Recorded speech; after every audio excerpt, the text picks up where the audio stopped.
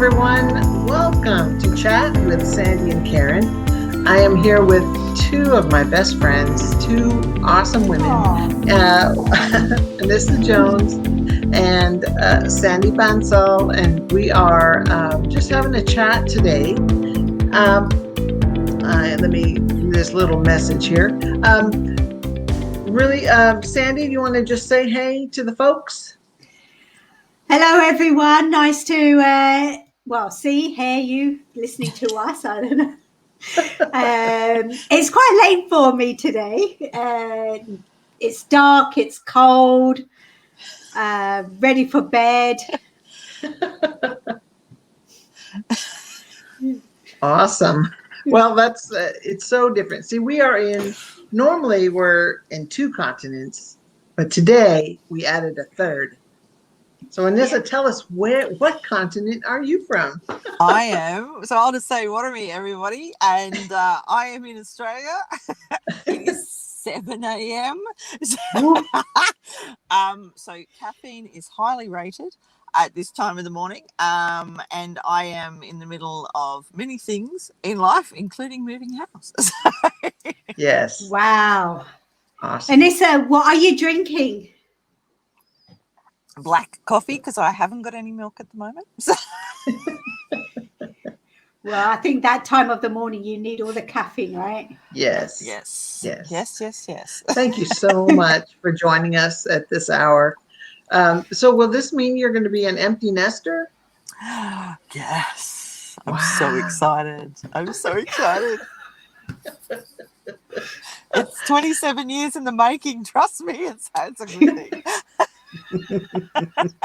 That's true. It's a whole different life. And then you look at your husband and you think, oh, we got to get to know each other again. Well, I love my children dearly, but I'm happy to see them go do their own thing in life. To uni. One looking at the middle child, only boy looking at business and IT now, because he's finally been. Moving has finally made him go, oh, God, I've got to be an adult at 21. So, So the youngest is 17 going into uni, and the oldest is 26 going into uni. So thank God.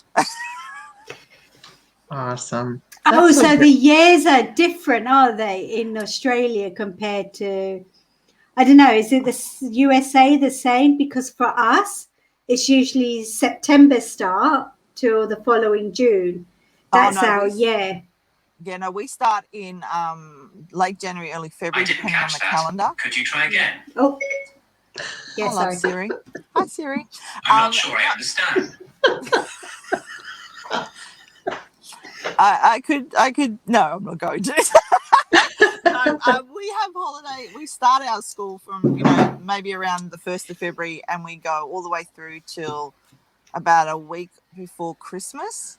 And that's our school year. So your summer is our winter, which I absolutely despise. I'm not a cold person. I hate the cold.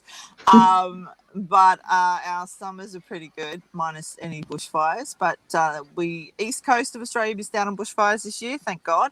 But the western side have been hit with not only that, but the lovely COVID-19 strain that's been in hospitals. So so the whole city's locked down, and then they've got bushfires just outside of town. So it's really good. Wow. Australia can be a very interesting place to live. And there's a video, I think I sent it to Karen once, saying come to Australia where you might accidentally get killed, and it talks about all the animals that can kill you in Australia, and it's set to a song. And honest to God, I mean, last night we were taking something out of the garage and there was a redback spider. Now they're pretty bad. And they don't like the cold, which is even funnier, but he was in Canberra, so he got squished very quickly. Yeah. We get brown snakes, and where I moved to is where they have a lot of the orchards for cherries and poor Sandy's face.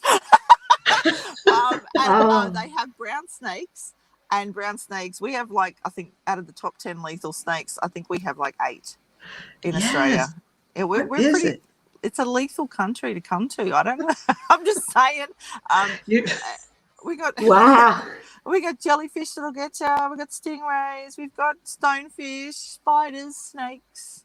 We don't have drop bears, and everyone thinks that's funny. They're really not true. There's no evil koalas that will drop from the trees and kill you. Oh. They're really Okay. sweet. You still just talked me out of coming to visit you, though. I'm sorry. Well, I used to live in the States many centuries ago. I think it was over 20 years ago, but that was the East Coast, and it was cold. So I Yeah. don't think I'll go back. Yeah, don't go east. Come west. Come west. It's warmer. And south. Oh, God, yeah. You'll like it. Get some good food. Right. Yeah. Yes. What, in Australia or in America? Oh, I'll go to Texas because I've been not able to eat spicy food because I've got IBS. But I'm hoping that by the time I get everything sorted out and we can go back safely, and then I can go have some spicy food with Karen. Yes. If not, We'll I'll take take it something. easy on you. Yeah. That's So, awesome. Anissa, I'm looking at the map. I've seen where Canberra is. It's south of Sydney. Yes. But you're in what, a more remote place, or are you more inland? Yeah. So if you search for Wagga, so WAGGA, I'm close to there. Like it's Okay. Searching right now. But Without I giving have to away- ask you, why? Why? What's the internet like? As the more you go inland, because I heard it's like. Well, we have really bad There's- internet everywhere. Like Yeah. my phone service, if I go through certain towns, I have no service. This is 21st century Australia, folks. And our internet, we are pretty bad. Like we have third world country internet. I'm going to shame the government because Wow. it sucks. But in certain places, but I'm in Canberra at the moment, and I'm still attached to my NBN one, and so it's doing pretty good. But when I stream my classes online, because I deliver online a lot, in Canberra, easy as in my home in the country, not so much. So it can, freeze or whatever. So I have a backup plan when I teach online. Yeah. But it's nicer, it's quieter, it's just less rat race. It's so much more relaxing.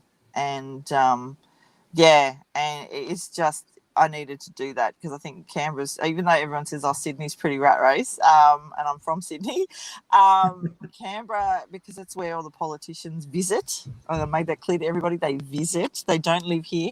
Everyone assumes we're really busy. It's almost like Washington, D.C. in a sense, like, where you've got your Senate and you and all that sort of stuff. But here, they just come and visit and then they go away again.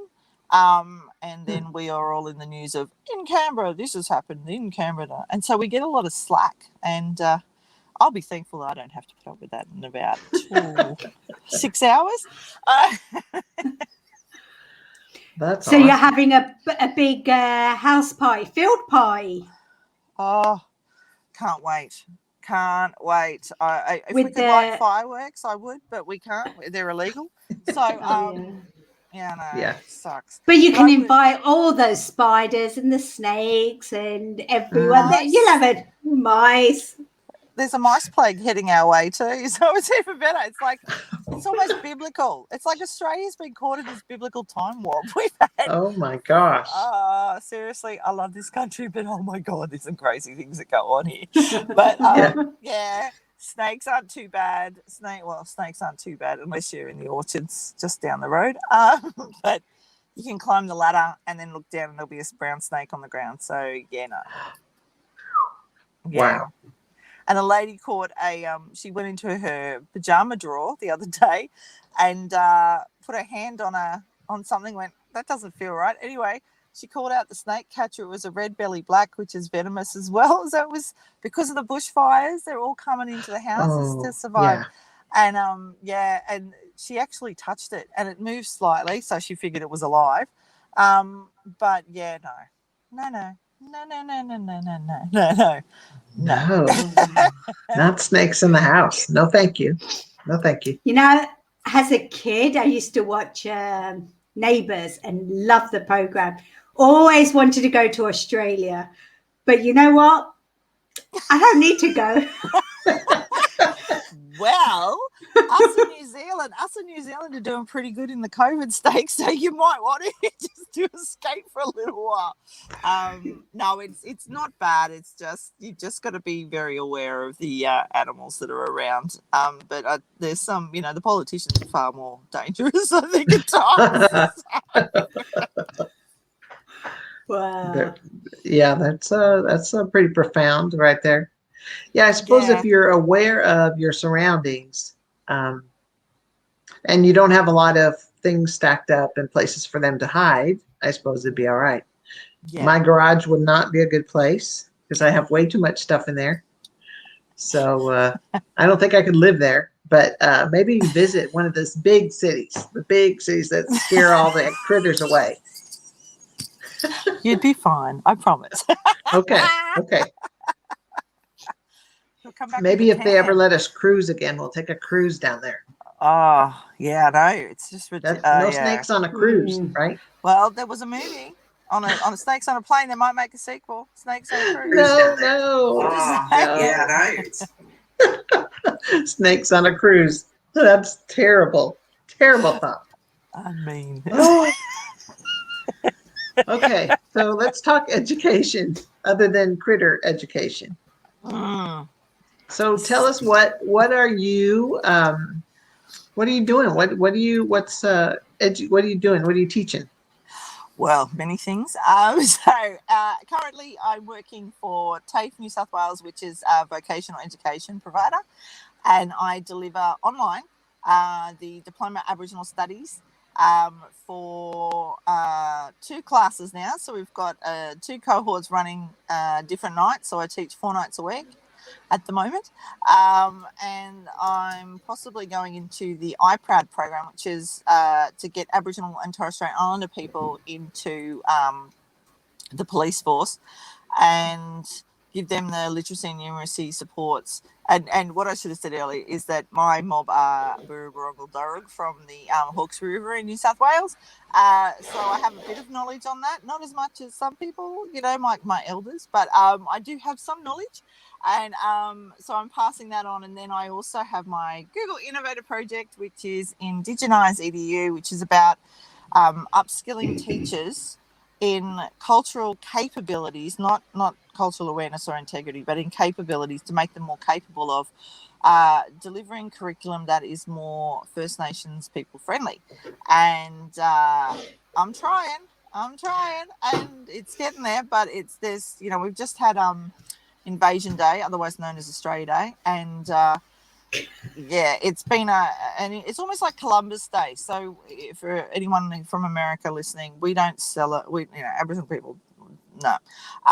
So this year has been very more controversial than any other year, and we've had Proud Boys in Australia.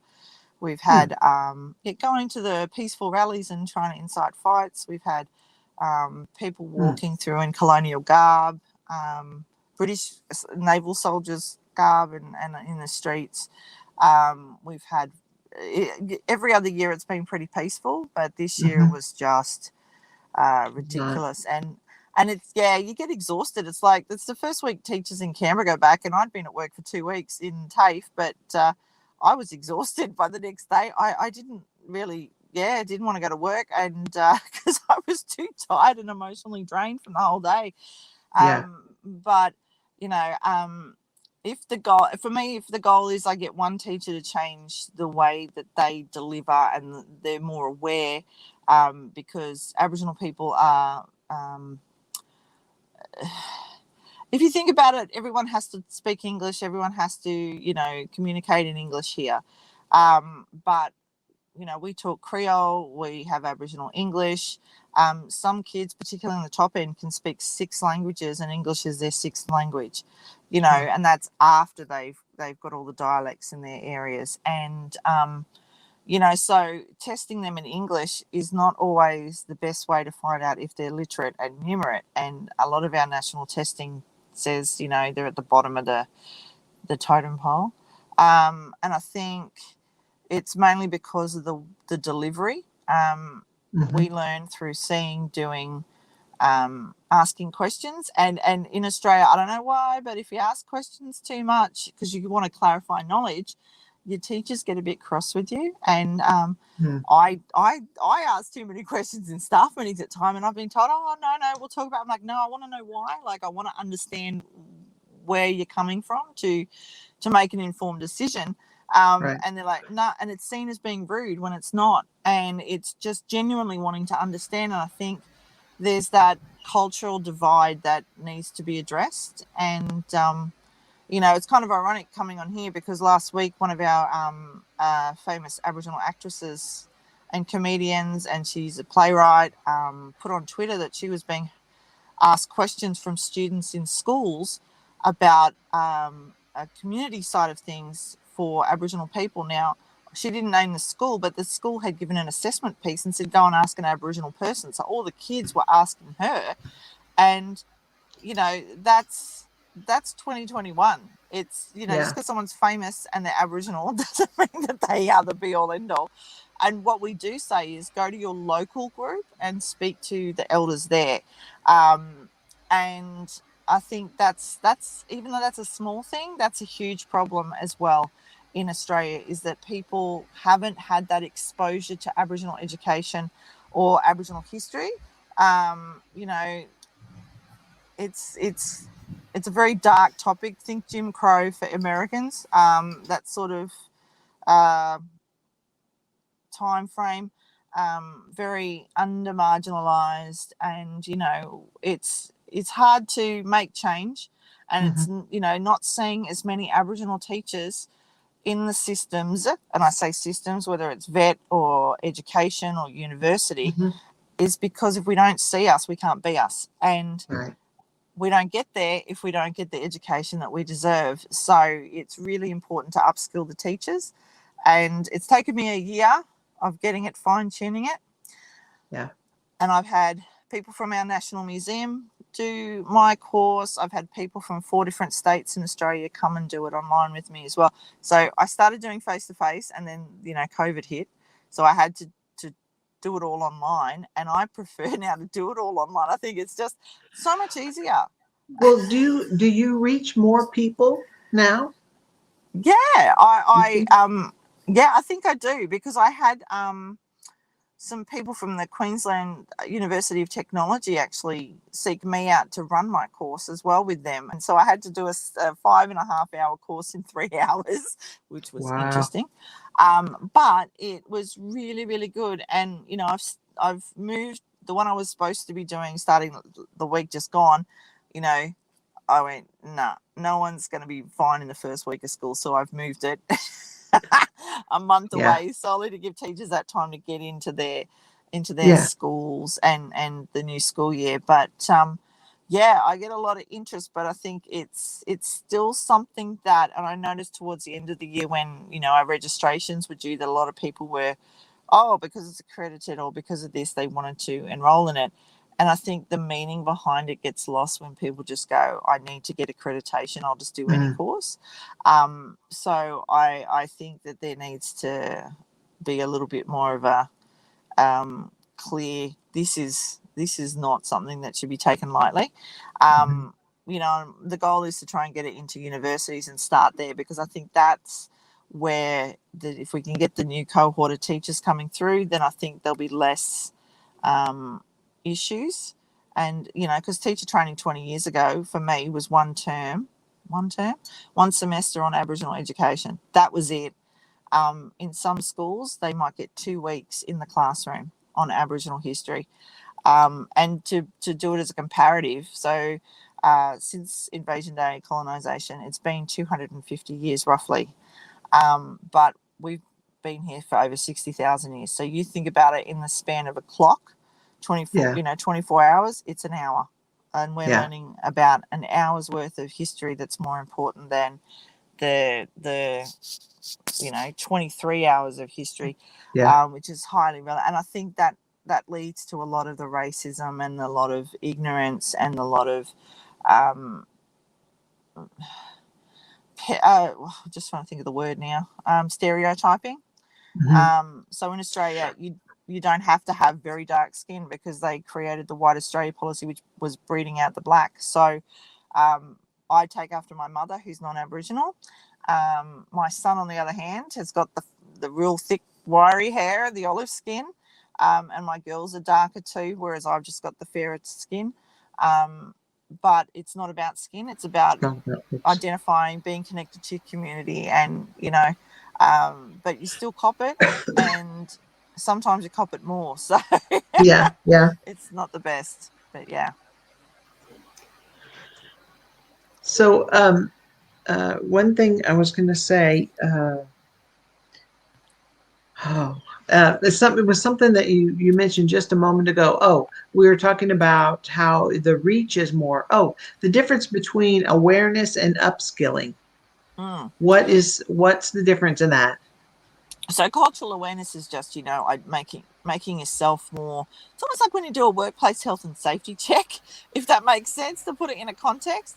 Mm-hmm. And then you've got integrity, so trying to implement those ideals in the workplace. But I think we're too far behind, and I think with a lot of education, I always make the reference that we're teaching 18th century style in the 21st century, and I think some of the mentalities in that you've got to have integrity. No, you don't. You've got to be capable. You've got to understand and walk in someone else's footsteps.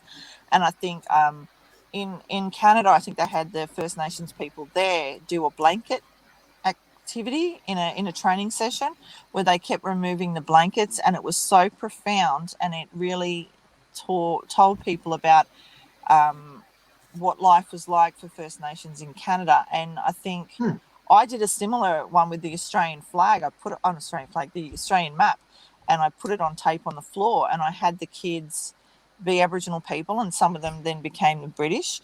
And then we moved as we went across, and there was like that much land left, and that only one Aboriginal kid standing there, and all these other people were moved over. And it's a history that needs to be told, and I think once it's told, then we can move forward. But everyone says, "Oh, get over it," and then they'll go and celebrate Anzac Day, which is like Memorial Day or any form of celebration for our soldiers, and it's like, okay. So I think it's just a bit misplaced, and I think trying to change all those mindsets and prejudices is hard.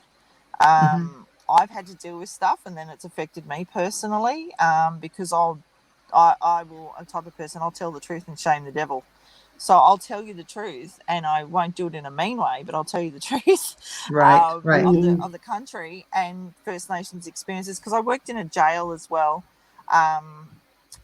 earlier on last year, and I actually asked in a men's prison. I was teaching art and cultural art there, and I asked them why were they, what happened with them when they were in school. So I was getting anecdotal evidence from people who went through the system, and when I did a presentation, the feedback told me to read the room because people were angry that they were being made to feel guilty. And my response was, it's not to make you feel guilty, it's meant to make you feel aware.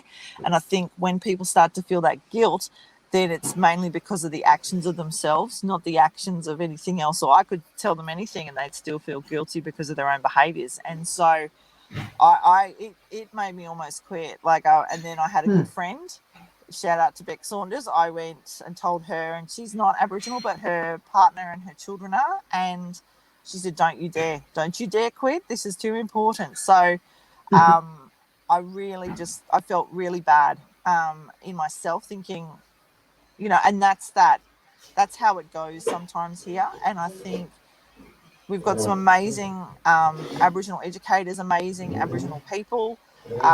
We've got all these great stories coming out. We've got books. We've got all this sharing of knowledge.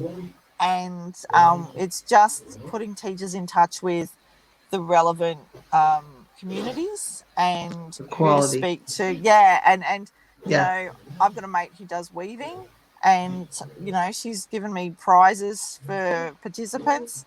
And Ronnie Jordan's her name, and she does traditional weaving. And, I've given out prizes that are Aboriginal books.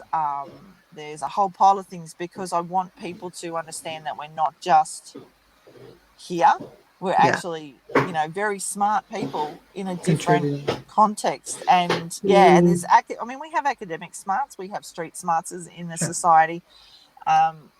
I don't think people realise, and since the fires, there's been issues with the cool burn, which is traditionally what Aboriginal people do, and it only does the bottom layer. It doesn't go up the trees and damage anything, and it actually allows for regrowth.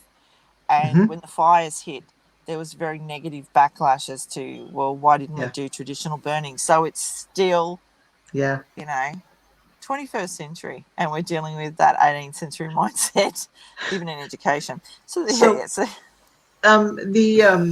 some of the specific areas in which you help teachers understand the curriculum is the 8 ways of learning, right? And I've actually streamlined it down to 5, and so I can share through my give us send us all the links, and we'll put it, even to your friends who does weaving, if there's anyone who, I bought a boomerang. I was so excited. So just give us links and we'll put it all in the show notes. And I just, it's the way it is that it's about that visualization. We have a go, and then we do it on our own sort of way of doing things. And, it's about being mindful as well. And I will always go walking on barefoot on my front lawn because it's a connection to nature. And there's a lady who, I cannot think of her name now, I'm going to be in trouble for it, but she runs what we call Dariri, which is Aboriginal mindfulness. And it's a way of just being, and you just close your eyes and you listen and you just breathe. And I even get teachers to do that because I think that's an important thing to remember, that we're all connected no matter what we think, and to just have that reflective practice. But it's also about, everyone says, Aboriginal people, what did you invent? You invented nothing. And we go, well, we had the boomerang, which was aerodynamic in physics before physics was known. We're the first bakers. We're the first aquaculturalists. We were growing food and had, farming techniques before even the pyramids were built. So there's a lot of things that I think that the history of this nation needs to be, in particular, awakened. But we're actually quite bright people, and you think about it, the physics of a boomerang coming back. Have a look at it sometime, because these are you think about when it was created, there was no science, no maths, nothing like that.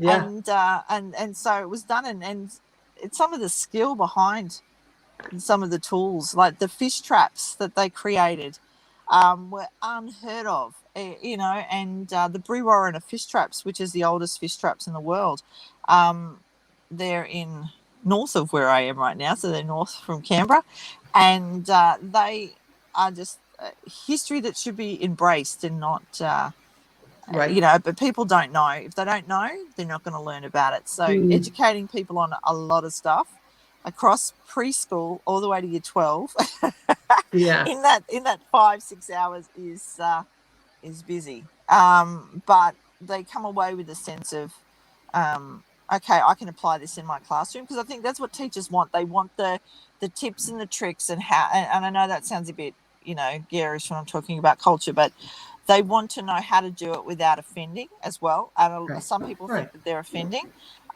So we brainstorm, we go through, well, you could do this. Have you done this? Oh, yes, you have. So you're already doing it. You just don't realize you're doing it. So it's just trying to change that mindset of, I'm going to make a mistake and be rude, or, I only have to do this course because, I need the hours. Just try it. Just try it. I mean, and be honest, just go for it, I think. But still, I think, like you're saying, we're in the 21st century. Why something as important as that still has to be part of history? Why is it not integrated with every subject? Part of everything. This is Australia. This is us. This is what we do. This is what we have this. I don't know why there's still these gaps. I think it has a lot to do with the education system per se, from particularly the 70s, 80s, and 90s, but even further down. So, you know, in America they had reservations, and that we had missions. So, you know, and Aboriginal people didn't get educated past year 4. And if you were a white teacher teaching on a mission, you were hounded until you left by the community.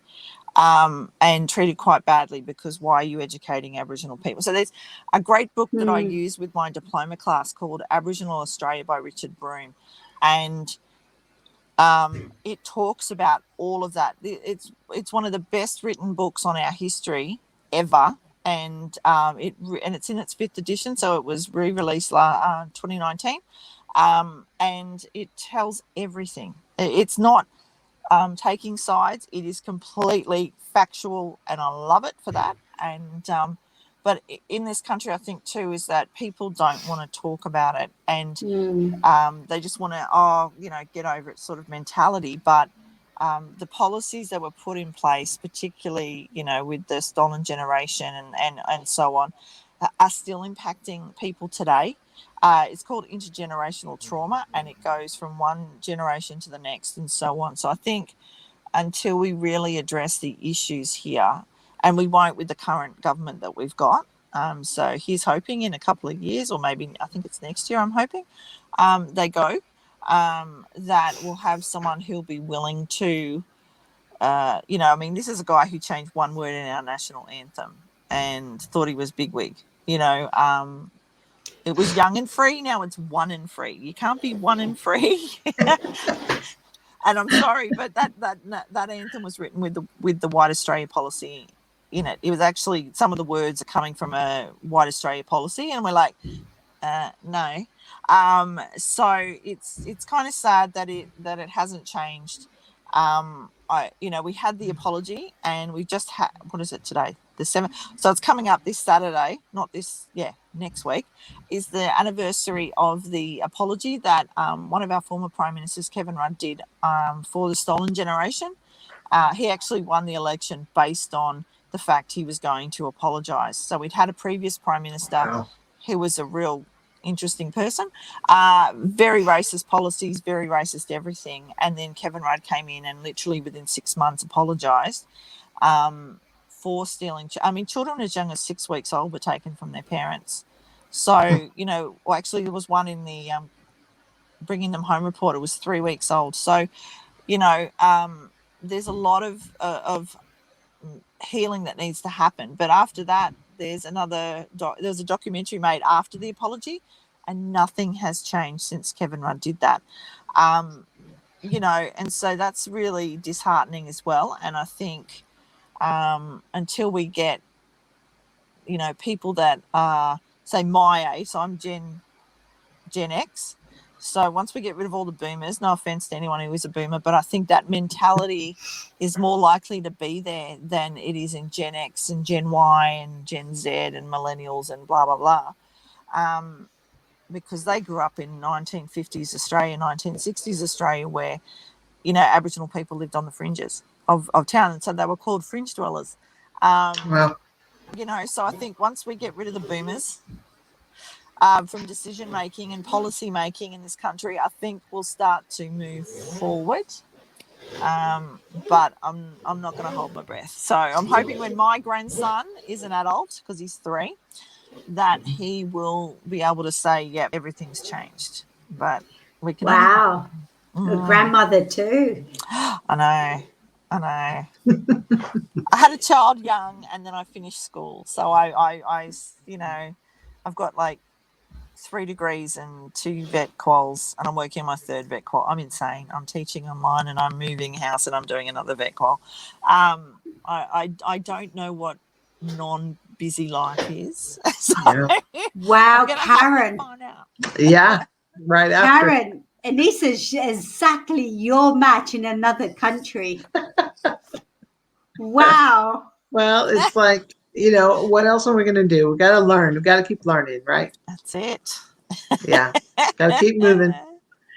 I really, really appreciate you coming on and just sharing what you're doing and the positive steps that you're taking to correct things. You're actually doing something, and that's one thing I tell my friends sometimes is that let's do something about this, not just complain about it. Let's just do something about this. So I really appreciate you for coming on. Sandy, were you going to say something? No, Okay. thank you, Anissa, for taking your time, joining both Karen and I on the show. We are very honored that you have shared your experiences with us. And I feel like there's a lot more you want to share with us. Oh, there's so much more. Yeah. Well, we thank you to all the listeners out there too. Don't forget to follow us on Twitter at ChatWSK1. Find us and subscribe to our channel on Spotify, Google, and Apple to hear more about what is going on in education on both sides of the pond, plus the third side, if there is. And the other side of the world. Yeah. Awesome. Thank you so much, Anissa. Thank you. So keep in touch. Remember, send all the links and we'll put them all in the notes. I will. Okay. Bye. Bye. Bye.